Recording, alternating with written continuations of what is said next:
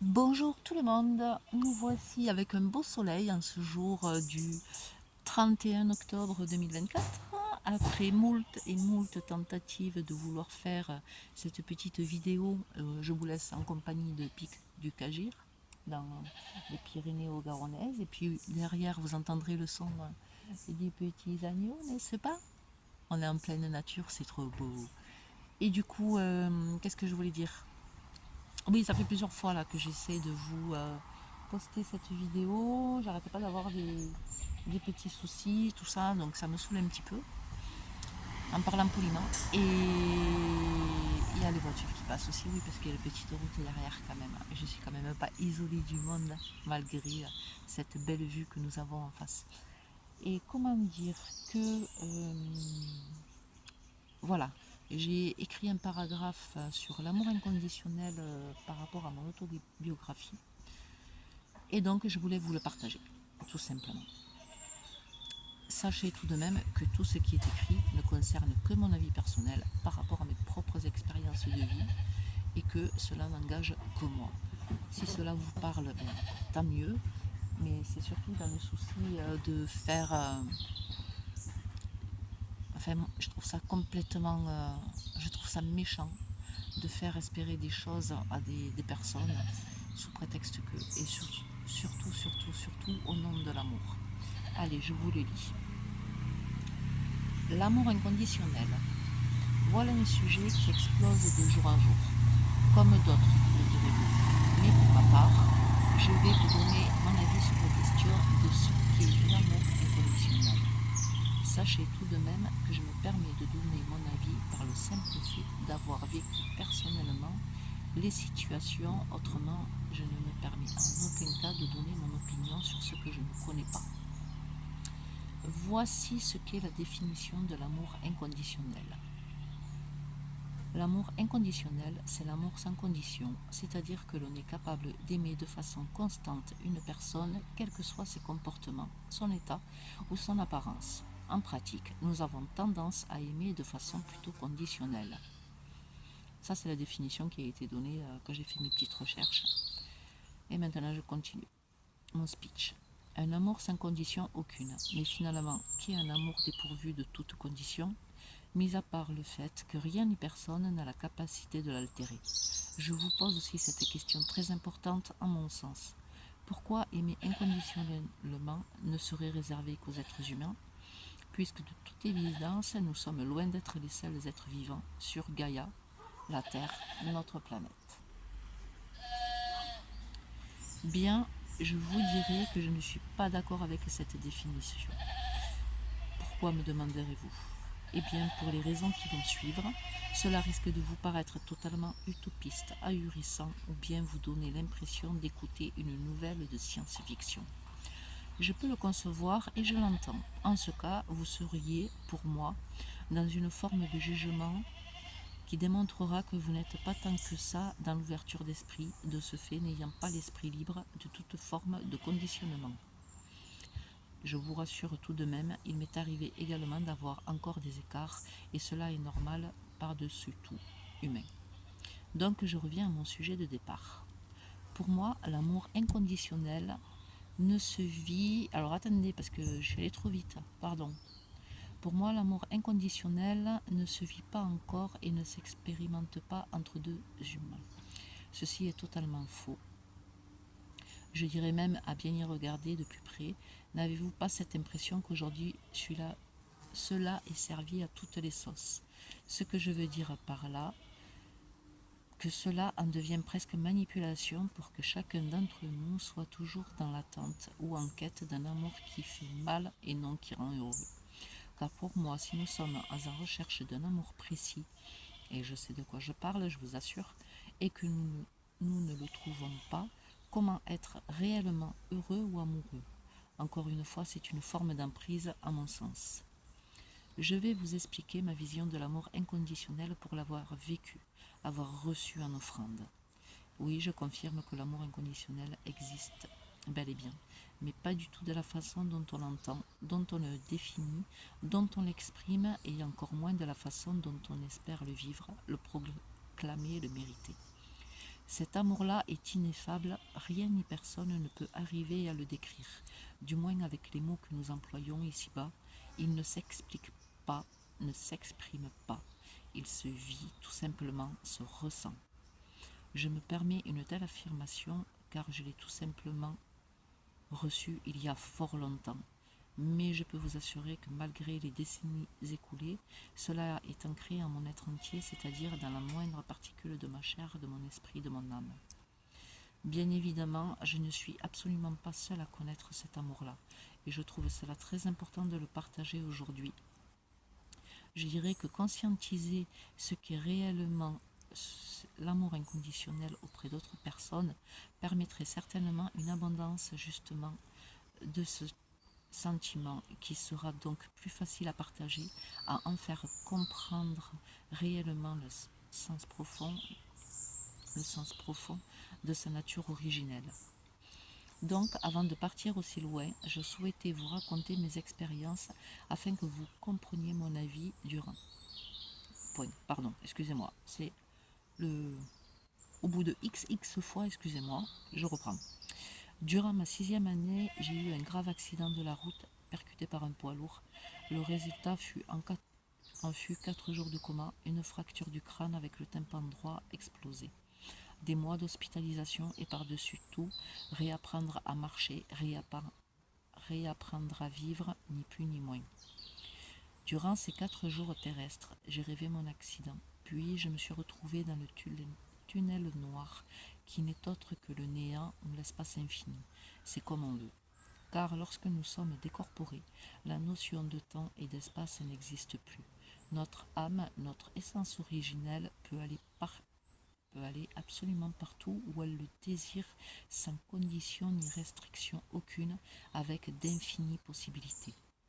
Pour ma part, j'ai filé droit vers la pointe lumineuse, une étoile au loin, pourrais-je dire. Ma lévitation était si rapide que j'avais l'impression d'être aspiré par la lumière, et j'en ai conclu que la vitesse à laquelle notre essence file donne à notre esprit cette impression de tunnel délimité alors qu'il n'en est rien. Cela se déroule à une telle rapidité qu'aucun corps de matière ne pourrait supporter. Tellement vite et pourtant si maîtrisée, la lévitation est pur bonheur me concernant. Donc j'ai filé à grande vitesse vers la lumière, m'arrêtant net devant son seuil, si je peux le nommer de la sorte. À ce stade de mon récit, je pense que seules les personnes ayant vécu une EMI ou une NDE pourront comprendre ce que je vais tenter de vous expliquer quant à l'amour inconditionnel. Au plus je me rapprochais de cette lumière, au plus elle était pure et éblouissante, et pourtant elle n'éblouissait aucunement. Je pouvais sans nul doute la fixer, la regarder de face. Elle ne brûlait pas, elle n'était pas froide non plus, presque sans un changement de température qui puisse avoir un effet de choc thermique ou toute autre chose dans l'idée, bien au contraire, comme si nous étions, elle et moi, dans une même température. Disons ça comme ça, pour imager simplement. Plus je m'en rapprochais et plus je sentais ce dont elle est faite. Je ne suis bien évidemment pas entrée dedans, vous vous en doutez, puisque sinon je n'aurais pas pu écrire ces lignes, ou peut-être que si, mais différemment. Cette plénitude, ce pur bonheur, cette paix, plus aucun souci, ni tracas, ni ressentiment, ni quelque dure et difficile émotion que ce soit se trouvait en moi, pas même le jugement qu'on peut ressentir lorsqu'on l'en est ici-bas. Aucun compte à rendre, aucune culpabilité ni douleur de quelque forme que ce soit et j'en passe. Juste ressentir de plus en plus fort cet amour qui m'attendait, qui allait m'envelopper, me transperçant de part à part, à la limite, comme si cet amour sondait mon essence.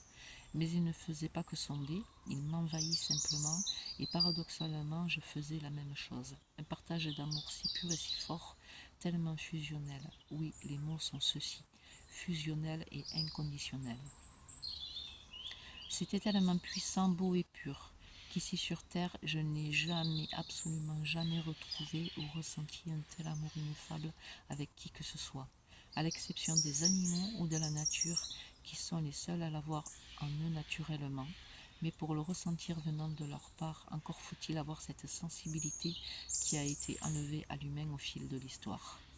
Et pourtant, Après mûres réflexions et conversations sur le sujet, je pense comme une évidence que seuls les êtres ayant vécu eux aussi des NDE, comme il se dit, ceux qui ont un cœur pur, c'est-à-dire qui n'ont pas été souillés par la matrice, qui ont réussi malgré tout et les aléas de la vie à rester purs à leur cœur, savent parfaitement ce que je veux dire et surtout ce que j'ai ressenti.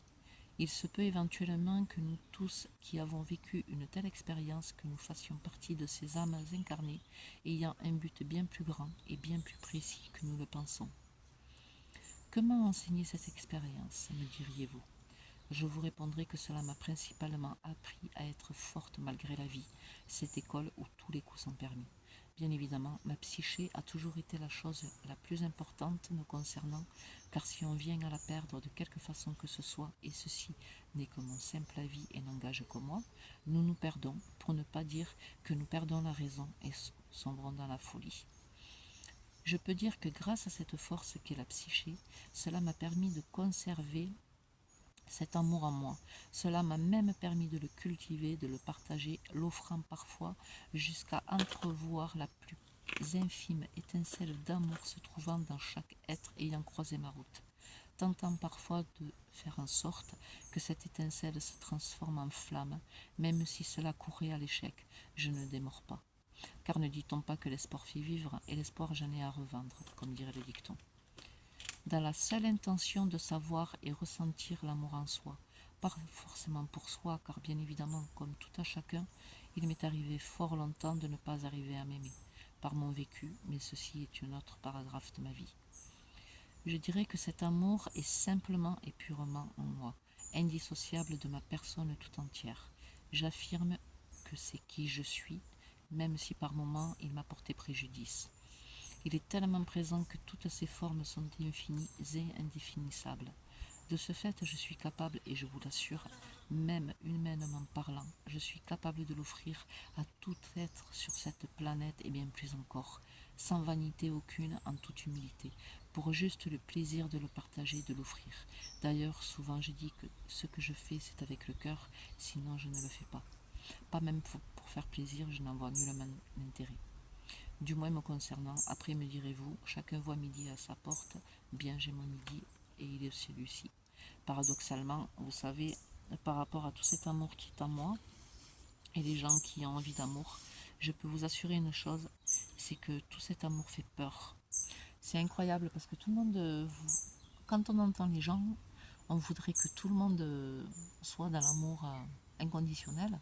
Et quand la plupart des personnes se retrouvent face à une personne qui porte cet amour en elle, ça leur fait peur. C'est un truc de malade. C'est un truc de malade. Bon, ça, c'est le petit paragraphe qui n'est pas encore écrit dans mon livre, mais que je vais préciser tout de même. Mais ça me déroute par contre, et je comprends pas. Je comprends pas. Allez, je continue. Je suis perdue, j'en étais où? Gna gna gna gna. Voilà, c'est ainsi que cet amour inconditionnel, je l'exprime et le partage, et pour rien ni personne au monde, je ne changerai cela. En écrivant ces lignes, un rêve que j'ai fait début de cette année 2024 me revient à l'esprit. Je me retrouvais dans la dimension dont mon essence est originaire. Face à moi se trouvait le grand conseil, comme j'aime à le nommer. Nous communiquions par télépathie, car la matière n'est absolument pas la même. Je ne sais même pas d'ailleurs si je pouvais nommer cela de la matière. Je sais juste que nous étions en lévitation. La conversation était basée sur mon expérience terrestre. Je leur ai tout partagé. Je me sentais dans une plénitude quasiment identique à celle que j'avais ressentie durant mon coma. Mais quelque chose en moi, en mon âme, n'allait pas. Comme si un appel au loin, à des années-lumière de l'endroit où je me trouvais, arrivait jusqu'à moi. Et là, je l'ai ressenti, je me suis retournée et je l'ai aperçue, Gaïa, et son tsunami d'amour inconditionnel qu'elle m'envoyait. Cela m'a fortement perturbée, car j'étais loin de m'imaginer en vivant sur ces terres qu'elle m'aimait autant que la lumière, le grand tout, chez moi. Elle m'aimait comme une mère peut aimer son enfant aussi fort qu'elle peut, et naturellement surtout. À cet instant, je réalisais que je me retrouvais face à un choix. celui de l'amour inconditionnel qui est constant à tout endroit existant.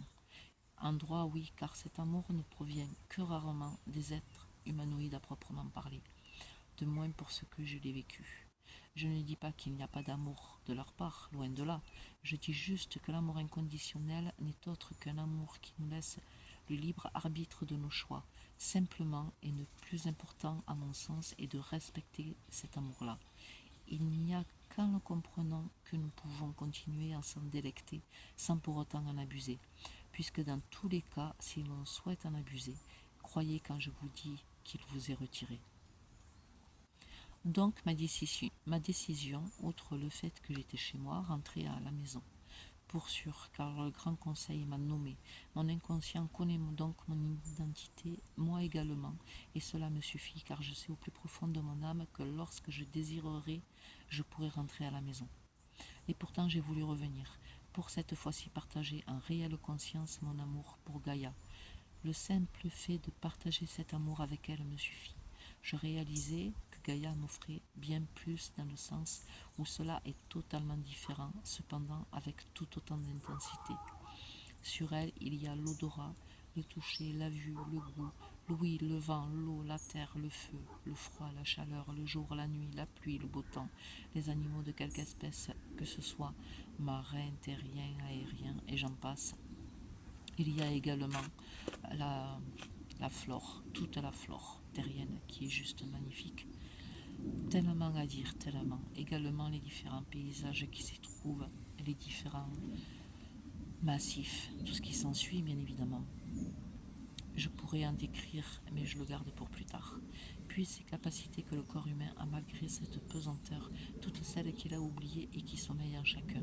Puis pour être honnête, j'aime ça toucher, humer, sentir le vent, l'eau, la chaleur, le froid contre ma peau, même si cela paraît parfois désagréable.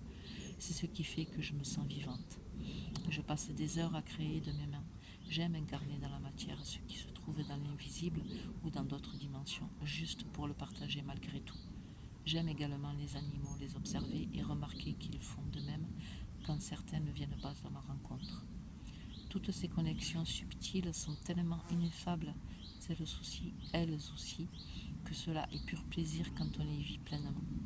Prenant conscience de tout cela, et je n'ai pas encore développé le sujet comme je le souhaite, pourtant je ne demandais qu'une chose, revenir.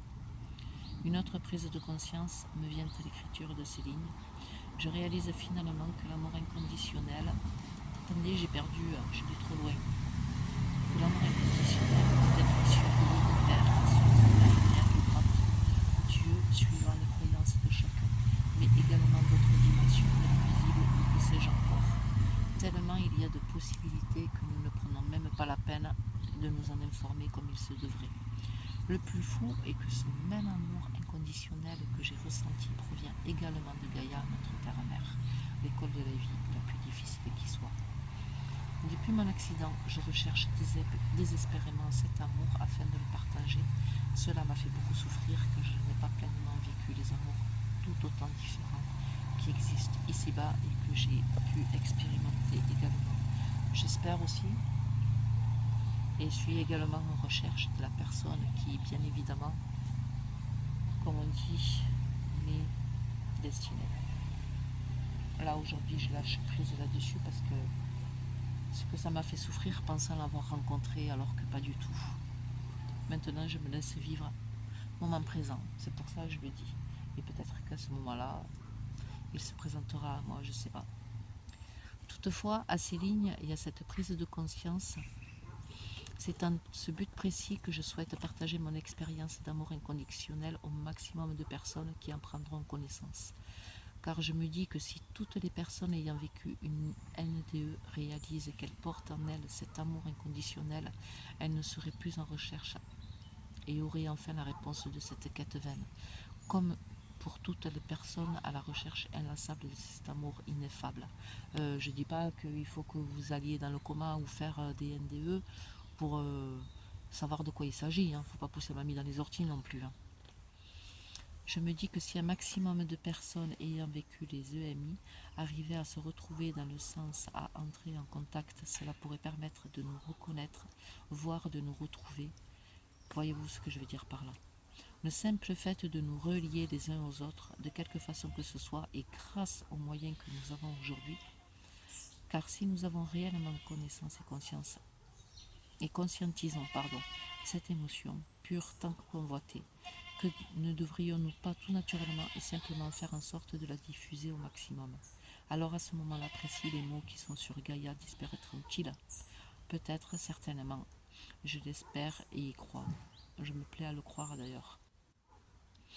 Vous devez quelque peu me trouver utopiste et je le conçois. Mais pour quelle raison ce que je ressens en écrivant ces lignes serait-elle impossible? Pardon, je me suis cafouillée. Je recommence. Vous devez quelque peu me trouver utopiste, je le conçois. Mais pour quelle raison ce que vous ressentez, ce que je ressens moi plutôt, en écrivant ces lignes, serait-elle impossible? Sous prétexte que nous vivons sur une planète où la matière domine. Qui a dit que la matière devait être destructrice? Nous l'avons tous constaté durant le confinement mondial de 2020. La nature est pure matière, et nous, humanité, avons été enfermés tels que nous le faisons subir à notre terre-mère. Et depuis lors, si vous avez bien fait attention, la plupart des gens aujourd'hui se détachent doucement mais sûrement de ce côté purement matricé pour aller vers un équilibre qu'il appelle celui de l'ère nouvelle où le spirituel gagne du terrain, où même la nature reprend confiance en l'humain. Et tous deux peuvent enfin commencer à entrevoir un nouveau chemin. Ouh là là, je pense avoir fait des rimes et je ne m'y attendais pas. Je pense aujourd'hui que les âmes qui connaissent réellement cette émotion d'amour inconditionnel par leur expérience de NDE, par leurs dures expériences de la vie en ayant eu gardé leur cœur pur, devraient se rapprocher les unes près des autres afin de pouvoir faire augmenter les taux vibratoires et par-dessus tout se retrouver, se reconnaître et ne plus ressentir ces sentiments d'abandon, d'isolement, de rejet ou tout autre. Ce qui permettrait de pouvoir enfin créer un égrégore d'amour si puissant que chacun d'entre nous pourrait facilement ressentir cet amour tant recherché puisqu'il n'y aurait plus aucune barrière pour empêcher qu'on le ressente. Il serait plus facile et accessible pour ceux qui ne le connaissent pas vraiment et pensent le connaître. Pour finaliser ce débat qui en soi est juste infini, je vous dirai que souvent mon entourage, de toutes sortes qu'il soit, s'est trop souvent moqué de moi, me disant que le monde des bisounours n'existe pas, que je suis d'une nature naïve et que je ne vois pas. Alors qu'ils se trompent, parce que justement nous sommes les personnes les plus attentives, les plus observatrices et les plus, bienveillantes. Aujourd'hui, je réponds, mon avantage est de connaître le véritable amour inconditionnel. Chance à moi de croire au monde des bisounours, d'être dans ma naïveté, d'être observatrice, attentive et bienveillante. Et voilà, donc pour l'instant c'est une partie du texte. J'avais envie de vous le partager, ça fait quelques jours. Je vous présente donc une petite motivation que cela me donne. L'endroit où j'ai fait la lecture, n'est-ce pas? Parce que quand même, c'est trop beautiful, n'est-ce pas? Et donc, la messagerie universelle vous a donné le message du jour.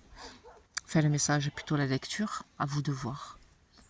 Moi, je vous partage uniquement mon avis. Je vous fais des gros bisous du sud de la France, le pays aujourd'hui du soleil, en vous faisant plein de gros bisous. Et désolé pour le cafouillage de la lecture, malgré toutes les fois où j'ai essayé de le faire. J'ai manqué laisser tomber, mais j'ai pas lâché l'affaire. Comme d'habitude, je suis une sacrée coriace, courageuse, guerrière pour tout le monde. Gros bisous tout le monde. Belle journée à vous, belle soirée, belle nuitée, beau, tout ce qu'il faut et je vous embrasse tendrement. Au revoir.